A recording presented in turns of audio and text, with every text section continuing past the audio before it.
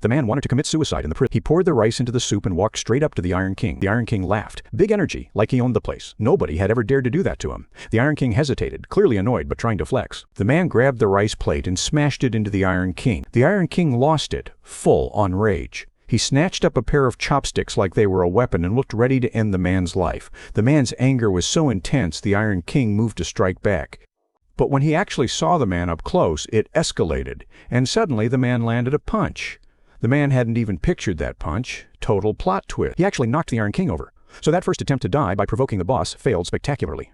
Next, the man set his sights on a terrifying prisoner, the red card that marks a condemned criminal.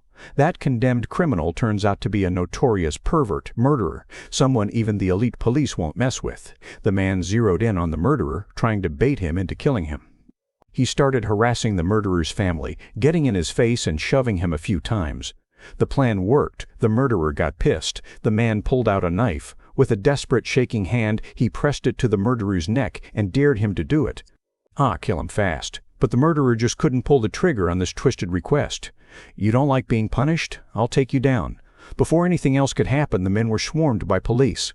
Guns were up, ready to fire. Then the prison chief saw the man on surveillance and shouted to hold their fire. Third time's a charm? Nope, this was the man's third failed attempt. The man's name is James Carter. A few days earlier, he was just another lawyer trying to keep his head above water. He couldn't land cases and got buried in high-interest debt.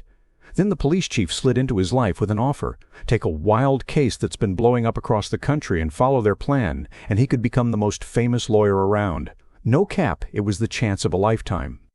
The chief told James the court was on their payroll. James just needed to play along. If he did, he'd get the spotlight. Even behind bars, the three suspects were living it up, almost like it was a retreat. The prison chief even bent over backward for them. James tracked them down and introduced 8